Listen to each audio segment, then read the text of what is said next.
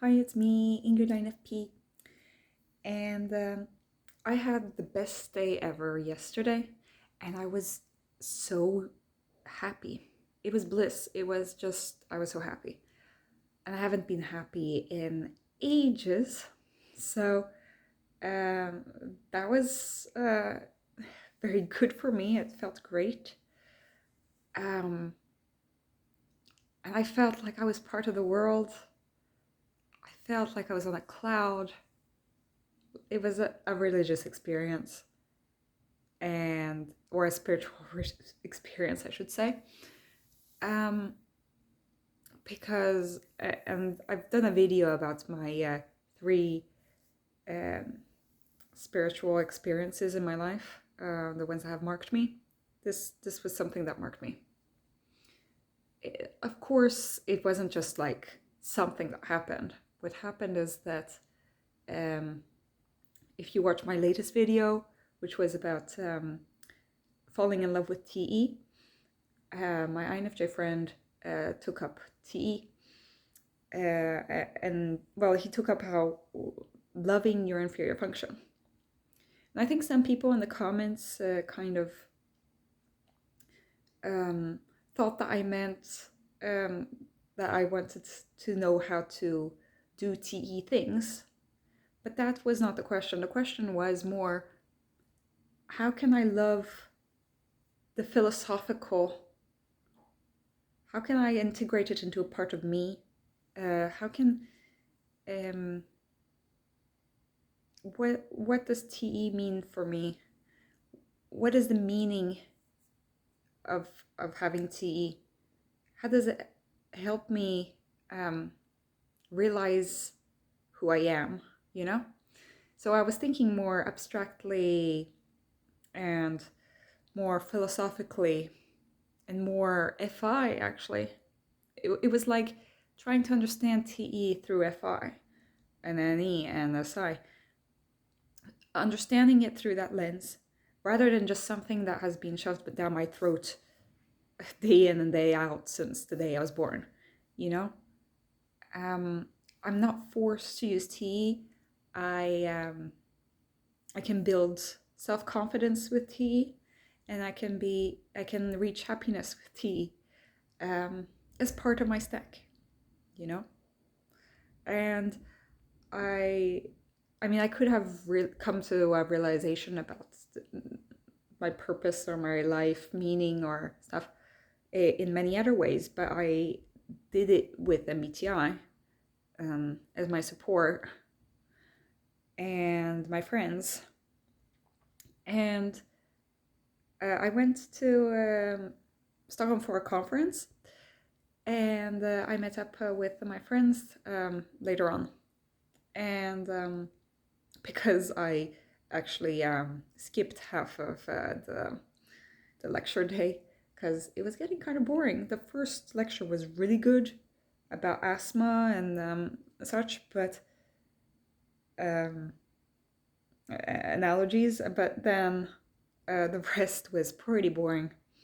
So I left and I went and saw my INFJ friend, met him up at his house, and he we talked about everything. We were talking about Ishiguro's books because he was reading Claire and the Sun, and I was reading Never Let Me Go, which I've now read. This is it. This is I highly recommend. It's not a book like any other book. Okay, it's he deals with unreliable narrators, and that makes for a very interesting story. It's a big mystery. Up until like the last 10 pages, it was pretty much a mystery. You start learning more and more. So I love Ishiguro, and he was reading Clara and the Sun, and the sun came out, and it's been snowing here like terribly. Um, Today it snowed all day, so I was um, like, it doesn't actually snow that much in Sweden. It's just I know that in the US you can get sometimes a meter of snow and it's fine. Like that's how it is. But it's because of the continental climate, but in Sweden you don't really get like a ton of snow. It's pretty dry climate, so it doesn't actually snow that often, even if it's cold. So it's been snowing a lot, but then the sun came out, and that was how metaphorically like my feelings were. The sun came out, and oh, I could feel warm. I could feel the sun touching my cheeks, and it was a spiritual experience.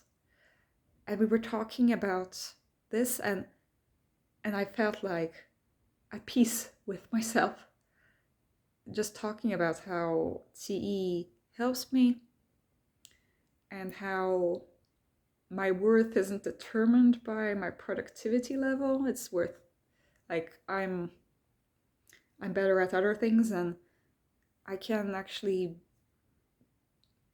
use my TE for my FI values, and the things that make me me don't need to be shameful about. And there was so much. This was such a revelation. I was in awe. And then we were talking about how my INFJ friend has been told that he stops time when you talk with him. And it is kind of timeless. When you talk with him, you forget what time it is. And I forgot that, like, it's like, and I said it like this, that it's like being on vacation. Like, you don't know which day of the week it is, really, and I mean, this was a Tuesday, okay? But I didn't know it was a Tuesday. I didn't even think that it was a Sunday. The days of the week don't exist anymore, And that was so nice. So it was great, and we talked a lot about my problems, but also his problems, and we talked about positive stuff and everything, and it was beautiful. I can't describe it better. And then I had to leave, unfortunately, because I'd had planned to talk to my ISFJ friend and confront him about him saying that I was autistic, probably. And we had an honest talk, and it was, and I realize now that it was his inferior NE actually just bouncing off a possibility, but he doesn't, since this is NE, this is inferior, he makes a possibility sound like that's what he thinks, and he jumps into the worst conclusion. I'm not saying that it's bad to have autism, but it wasn't a logical conclusion, So wait a second, I think I need to turn the light on. Okay, guys. It's been getting light. It's light in the afternoons, which is lovely. But I was kind of overly optimistic sitting by the window. No, but so he was talking about... so I was talking about... I was actually being pretty direct and assertive. I was doing the TE thing, I was trying to soften it, but I couldn't come away from the fact that what he had said was not helpful, and I could see that he was trying to explain that he was doing it. He was trying to soften the blow, but he wanted to be honest with me. But his FE, anyway. There are certain things that are difficult to say, even if you can soften it all you want, but it would still come out wrong. And so I apologized, and I forgive him and we've moved on. But it was something that had been weighing on me quite a while. And then it ends up that I found out that, so now he told me how much he was struggling with other things.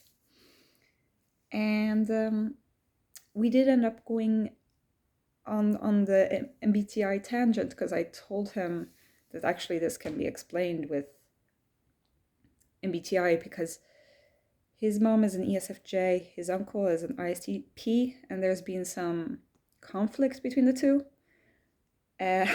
which is understandable considering their types. So there was that, and also the fact that my ISFJ friend had been dating an ENFP, and they stopped dating. They decided to that this wasn't going to work out, even though I'd said to him that I don't think that it was going to work out from the start. I see that my ISFJ friend has actually been taking me much more seriously the past few weeks, because he realized that he was being a little bit stupid. He's been overworking himself. He's now going to take a vacation because he saw me burn out, so he doesn't want to do that too, you know. And he's also realized that this ENFP was clashing with him. This ENFP, I don't think, had very good values, so I could tell that I was very similar to the ENFP, but our values were completely different, so I really didn't vibe with this guy.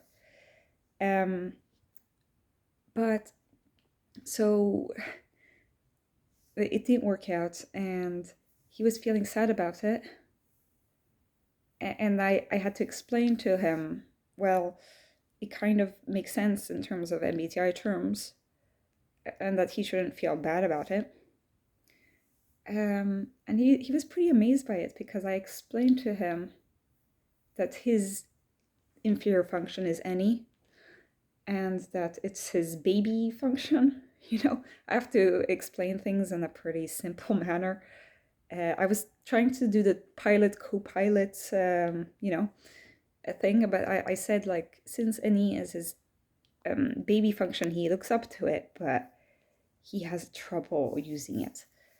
And that was what led to him thinking the worst and jumping to the worst possible conclusion. He can't live with all these different possibilities in his head the way that I do. So, and so he said, yeah, it makes sense, because when he's stressed out, which is now, he realizes that a lot of that he can't really think the way that he usually does. So we had a very deep conversation, and I found out certain things about him that in all the 10 years that I've known him, he hasn't really said. He's hinted at, but not really said, about his past and such. And yeah, so even if this conversation was a little bit more heavy and confrontational at the beginning, it was actually just as good a conversation as the one that I had with my INFJ friend. And I love them both equally. And I felt like I was one with the universe. I mean, it's so cheesy and cliche to say, but really, I was there. And my ISFJ friend said, wow, you know, you're more positive than me today, which he prides himself on being positive, you know. And I was just happy. I was just filled with joy. So I felt like the need to record this for like times where I'm not feeling that great, to know that I can be happy. I'm wearing a shirt that he gave me, which says, walls are for climbing. So yeah, it was kind of like that. These past few weeks have been just walls that I've had to start to climb. Um, so yeah, that's all I had to say about yesterday. But um, these things take time, and I think that, of course, I will go downward spiral again, and it will go up, and I will go down. Um, but there are genuinely good times to live, and I can realize things, and I can be everything can be good. Um, Even for just a moment, I'm. It just makes me happy. Um, I can't say more. Um, but I'm so grateful for my friends. Um, and I'm so grateful for my colleagues, for also being kind of my friends, and everybody who supports me. I also want to thank Vondelpiet, who was in the comments and who made me realize a lot about TE. Who and um, It was the taking care of yourself function, like the self-confidence function, and that's just such a beautiful way to put it. And I think that at least this will be useful for me going into therapy. I have a time book next week, so yeah, things are looking good. Yeah, have a great day, everybody. Bye.